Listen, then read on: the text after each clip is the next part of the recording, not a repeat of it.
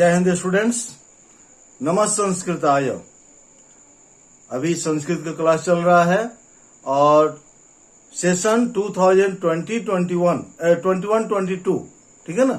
21-22 students आपके syllabus के अनुसार अभी पढ़ाया जा रहा है।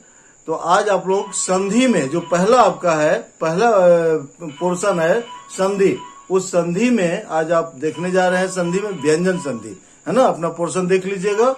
संधि में व्यंजन संधि है और विसर्ग संधि, दो संधियां है। स्वर संधि नहीं आ रहा है 10th का, इस साल का है ना। इस साल के सिलेबस में स्वर संधि नहीं है आपका। तो व्यंजन संधि और विसर्ग संधि, ये दोनों संधियों को आप ध्यान से पढ़ेंगे। और एक बात और ध्यान रखेंगे आप कि संधि या संधि विच्छेद है ना, ये ऑब्जेक्टिव है। और जो आपका आएगा शब्द जिसका संधि करेंगे या संधि विच्छेद करेंगे, वो आपके बुक का है, लेसन का, लेसन में से आएगा। जैसे हम जानते हैं, आप संस्कृत सहचर से पढ़ते हैं या अनुप्रयुक्त व्याकरण जो है उससे पढ़ते हैं, तो उसमें जो एग्जाम्पल्स दिए हुए हैं ना, तो वो आप केवल समझने के लिए है ना कि किस तरह से बनता है, कैसे चेंज होता है संधि, इसके लिए आप करते हैं। बट आपका जो एग्जाम में आएगा क्वेश्चन, वो आपके लेसन में जो बुक है, सॉरी किताब में जो लेसन है, उस लेसन के वर्ड जो होते हैं संधि किए हुए, वो आते हैं। तो अपने लेसन में से खोज लेंगे, देख लेंगे नियम के अनुसार। जब नियम जान जाएंगे तो आप समझ जाएंगे कि हाँ, ये व्यंजन संधि है और इस तरह से परिवर्तित हुआ है, बदला है। ओके, तो चलिए हम लोग स्टार्ट करते हैं। आज देखिए संधि में संधि प्रकरण, हाँ, स्वर संधि हो चुका है ना। अपने क्लास में हम लोगों का स्वर संधि हो चुका है। देखो, हर चीज हम लोग केवल एग्जाम के लिए नहीं करते हैं, ध्यान रखिएगा। यदि आप 10th में हैं, स्वर संधि नहीं आ रहा है, अगर आप स्वर संधि पढ़ लेते हैं, समझ लेते हैं, नो लॉस, क्या दिक्कत है, हा? एक जानकारी आपको आता है, एक समझदारी आती है कि हाँ, ये इस तरह से संधियां बनती हैं। अच्छा, एक चीज जानते हो, संधि क्यों पढ़ते हैं हम लोग, इसका यूज क्या है? तो जो संस्कृत के शब्द होते हैं ना, वो बड़े बड़े शब्द होते हैं, उसका संधि विच्छेद करते तब उसका क्लियर होता है अर्थ। ठीक है, जैसे अब मान लीजिए कि ना सत्यम है, ना सत्यम, तो क्या हो जाएगा? देखिए एग्जाम्पल में ना सत्यम, देखिए ना सत्यम, यह है ना। तो इस शब्द को हमको देखने से क्या लग रहा है? ना माने नहीं होता है, जानते हैं ना कि ना मीन्स नहीं, और सत्यम मतलब सत्य होता है, मतलब जो सत्य नहीं है। अर्थ तो यही लग रहा है हमको। लेकिन जब इसका संधि विच्छेद आप करोगे तो हो जाएगा न प्लस असत्यम। अब देखिए न प्लस असत्यम, पहले भी बताया ये चीज को, तो इससे आप क्लियर हो जाएंगे कि न माने नहीं, असत्यम माने असत्य। यहाँ पर संधि हुआ है, न का अ और ये अ दोनों मिल करके आ हुआ है, तो ना हो गया, ना सत्यम। तो कितना अंतर हो गया, अर्थ करने में कितना गड़बड़ हो जाएगा आपका। ना सत्यम मतलब आप कहेंगे कि नहीं सत्य है, जबकि इसका हिंदी हो रहा है कि नहीं असत्य है, असत्य नहीं है। तो इस तरह से आप समझते हैं, इसी यही संधि का जो है आपका वो यूज है, प्रयोग है। चलिए, तो व्यंजन संधि, पहले आपको हम पोर्शन बता दे रहे हैं कि संधि में 6 संधियां हैं, 6 संधि। जैसे व्यंजन संधि में 2 आएगा, आप नोट कर लोगे। संधि से रिलेटेड व्यंजन संधि में 2 है। पहला है प्रथम वर्णस्य, देखिए पहला नोट कर लीजिएगा, प्रथम वर्णस्य तृतीय वर्ण परिवर्तनम। प्रथम वर्णस्य तृतीय वर्ण परिवर्तनम, परिवर्तनम माने पहला वर्ण जो है वो तीसरा वर्ण बनेगा, ये पहला हुआ। फिर दूसरा होगा आपका संधि में प्रथम वर्णस्य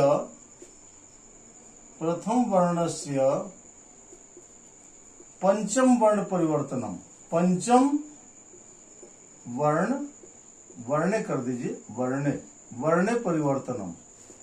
वर्णे मतलब वर्ण में, परिवर्तनम। ओके, ये हो गया व्यंजन संधि से। फिर आपको विसर्ग से है 4, विसर्ग संधि से 4 है। पहला उत्वम, दूसरा रत्वम, तीसरा सत्वम, और चौथा है लोप, है ना। इसका मतलब अभी शॉर्टली हम आपको बता रहे हैं। ये विसर्ग से उत्तम माने विसर्ग का उत्व होता उ हो जाता है, विसर्ग से रत्वम विसर्ग का र होता है, और सत्वम माने विसर्ग का स होता है। इसमें तीनों स आता है ना, तलावी स, मूर्धन्य स और दंत स, तीनों स आता है इसमें। और एक है लोप, विसर्ग से लोपः मतलब विसर्ग का लोप हो जाता है। तो संधि के नाम पर 4 नंबर का जो आपका संधि आएगा वो यही 6 संधियां हैं इस बार के आपका 10th में। 6 संधियां, व्यंजन में 2, प्रथम वर्ण का तीसरे वर्ण, तृतीय वर्ण और प्रथम वर्ण का पंचम वर्ण, और विसर्ग में 4, उत्व, रत्व, सत्व और लोप। इन 6 को आप दिमाग में बैठा लीजिएगा, संधि से कोई दिक्कत नहीं आपको, ठीक है ना। जिस तरह से क्वेश्चन आए आप सॉल्व कर लेंगे।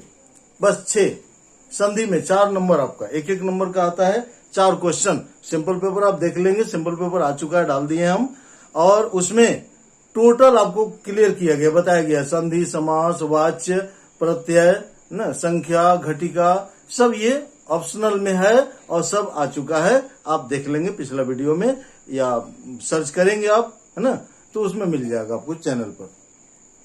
चलिए, तो आज हम लोग स्टार्ट कर रहे हैं फर्स्ट, पहला स्टार्ट करने जा रहे हैं। पहला क्या है, देखिए, प्रथम वर्ण से तृतीय वर्ण परिवर्तनम। तो सबसे पहले याद रखिए कि व्यंजन संधि पढ़ने जा रहे हैं तो व्यंजन वर्णों के बारे में आपको जानकारी होनी चाहिए।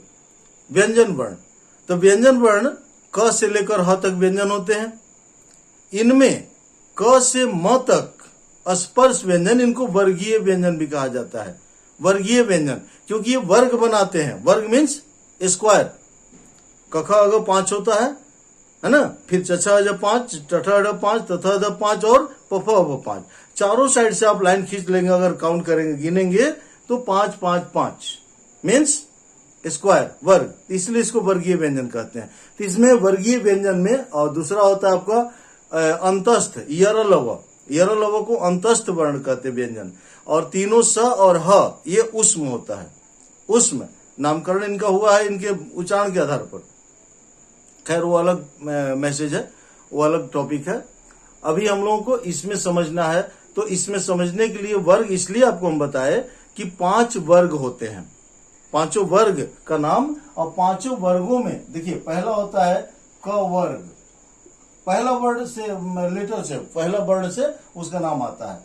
दूसरा होता है च वर्ग, तीसरा ट वर्ग, चौथा त वर्ग और 5वां प वर्ग, ठीक है ना।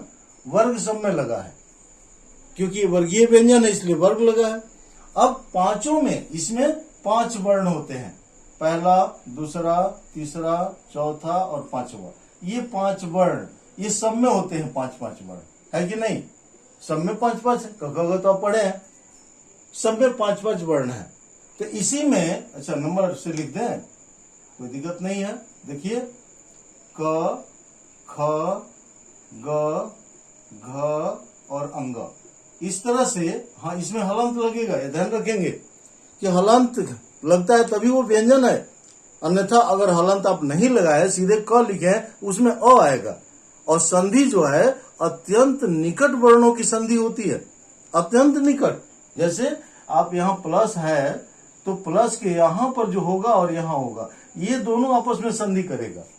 तो यदि हम यहाँ क लिखते हैं ऐसे क, तो इसके प्लस के नजदीक में क्या आ जाएगा मालूम है, अ आ जाएगा, अ, ये हलंत इसमें लग जाएगा क्योंकि क पढ़ेंगे तो उसमें अ आएगा, क तो अ आता है, इसलिए ये स्वर संधि में आ जाएगा अगर हलंत नहीं लगाओगे तो। अब ये व्यंजन हो गया, ये हलंत लग गया, अब ये व्यंजन हो गया। क्लियर है। तो कहीं भी व्यंजन संधि का नियम, जैसे वो पहचान अगर करना है, कोई पूछ दे कि स्वर है कि व्यंजन है, तो प्लस के पहले जिसमें हलंत लगा हो, ठीक है ना, हलंत नहीं लगा है तो स्वर कहिएगा, वो स्वर है। और हलंत लगा है प्लस के पहले व्यंजन में, तब वो व्यंजन संधि है। बहुत आसान पहचान है। तो ये समझ गया, प्रथम वर्ण हुआ, द्वितीय, तृतीय, चतुर्थ और पंचम, 5 वर्ण इस तरह सब में है। क्लियर है। तो अब इसका हम लोग नियम लिखते हैं। वर्ग और वर्ण आप समझ गए, वर्ग 5 है, क वर्ग, च वर्ग, ट वर्ग, त वर्ग और प वर्ग, और वर्ण जो है 25 हैं। तो प्रत्येक वर्ग में 5 वर्ण होते हैं। इस बात को अलग से ध्यान रखेंगे, क्योंकि आएगा अब नियम में वर्गों के प्रथम, तृतीय, चतुर्थ, ऐसा आएगा नियम में, तो वहां आपको कंफ्यूजन ना हो। ओके, चलिए अब नियम आप नोट कीजिए इसका, कि तीसरा वर्ण कब बनता है। हाँ, इसका एक नाम है जसत्व, वो भी लिख लीजिएगा। जसत्व भी इसको कहा जाता है, जसत्व, ठीक है ना। तो नियम लिखिए, यदि वर्गों के प्रथम वर्ण मतलब क, च, ट, त और प, ये प्रथम वर्ण हुआ। प्रथम वर्ण के बाद मतलब प्लस के पहले ये है, प्लस के पहले ये आएगा, इस पांचों में से कोई भी के बाद किसी वर्ग का तृतीय या चतुर्थ, अच्छा कॉमा करके लिख दे रहा है, तृतीय, चतुर्थ वर्ण, तृतीय वर्ण या चतुर्थ वर्ण, य, र, ल, व, या कोई स्वर वर्ण, स्वर वर्ण हो तो यहां तक ध्यान रखेंगे। मतलब ये प्लस के पहले का कंडीशन है, यहां तक प्रथम वर्ण, ये प्लस के पहले, और ये प्लस के बाद का कंडीशन है, तीसरा, चौथा, यरलव या कोई स्वर, ये प्लस के बाद का कंडीशन है। हो तो अब विकार क्या उत्पन्न होगा, प्रथम वर्ण अपने ही वर्ग का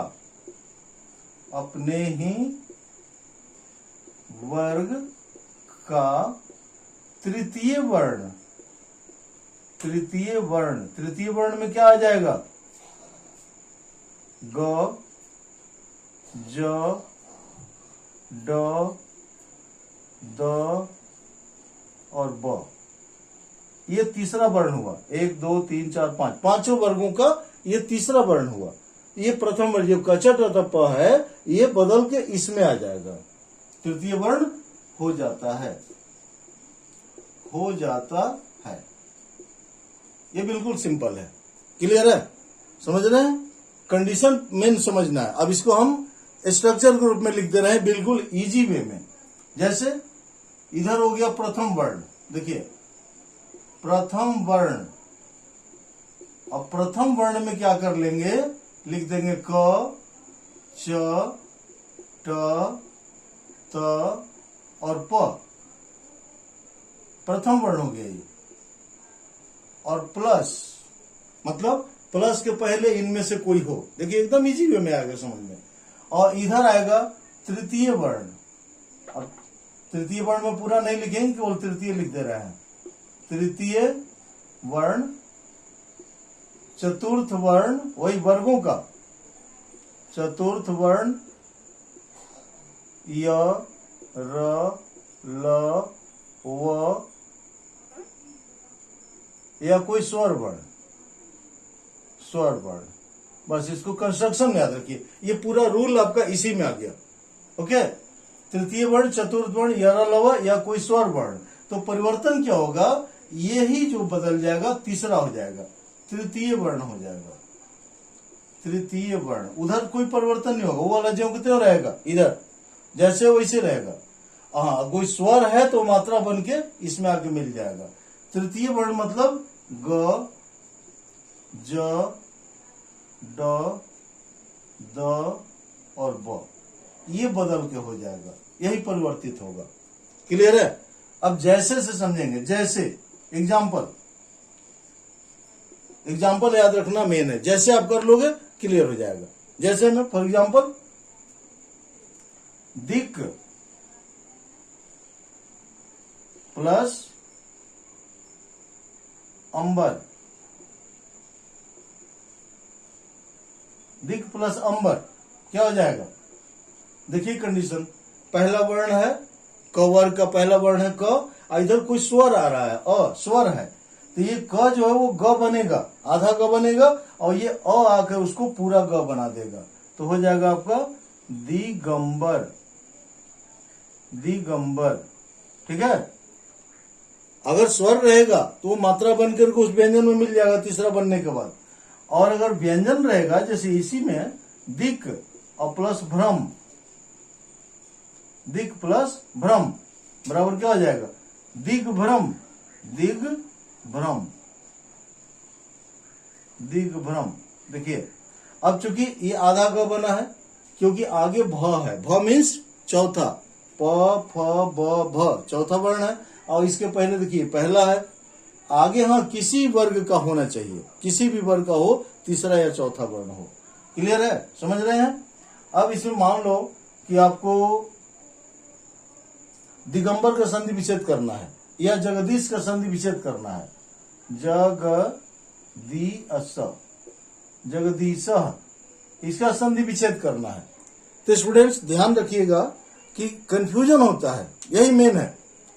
यहां आपको तुरंत दिखाई देगा ग, और आप क्या कर दोगे, ग को क कर दीजिएगा, क्योंकि वो पहला से तीसरा बना है। आपके तो दिमाग में यही आएगा कि ये ग जो है, जैसे यहाँ पर ये ग है, तो ग को आपने क्या किया है, क। दिगंबर का संधि विच्छेद करेंगे आप तो क्या बनेगा बताओ, दिक प्लस अंबर। आपने दिक क्यों किया, क्योंकि ये ग तीसरा है, और तीसरा से वो पहला हो जाएगा जब संधि विच्छेद करेंगे तो, और संधि करेंगे तो पहला से तीसरा होगा ना, एक्शन रिएक्शन ध्यान रखेंगे। जब पहला तीसरा बन रहा है तो तीसरा पहला बनेगा। क्लियर है। उसी तरह से अब यहां समझेंगे आप, तो आपको यही लगेगा जैसे ये ग क बना, तो यहां भी ग जो है वो क बन जाएगा, जक प्लस दिश, तो ये गलत हो जाएगा, ये गलत होगा आपका, जक प्लस दिश गलत होगा। समझे क्यों, क्योंकि संधि विच्छेद करते समय दोनों तरफ सार्थक शब्द होने चाहिए। पहले भी स्वर संधि में आपको हम बताए हैं, ठीक है नहीं, सार्थक होना चाहिए। तो आप देखो इसमें एकदम इजी वे है, तरीका है कि इसको 2-3 बार पढ़ना, इस शब्द को 2-3 बार पढ़ोगे ऑटोमेटिक अलग हो जाएगा। ठीक है, जैसे जगदीश, जगदीश, तो देखिए ईसा अलग हो गया, जगदीश, तो ईसा अलग हो गया, इधर ईसा, तो इधर क्या बच गया, जगद, यही ना बना, जगद, जगद ईसा, जगदीशा। तो इसी द को, ये जो तीसरा है, सॉरी त थ द तीसरा है, राइट, तो तीसरा को आप पहला कर दोगे, क्या हो जाएगा, त कर दीजिएगा, तो जगत प्लस ईसा, जगदीशा। क्लियर है, कोई भारी चीज नहीं है। हाँ, ये है कि कहाँ टूटना है, इस चीज को ध्यान देना है, किस जगह पर उसको हम 2 टुकड़ा करेंगे।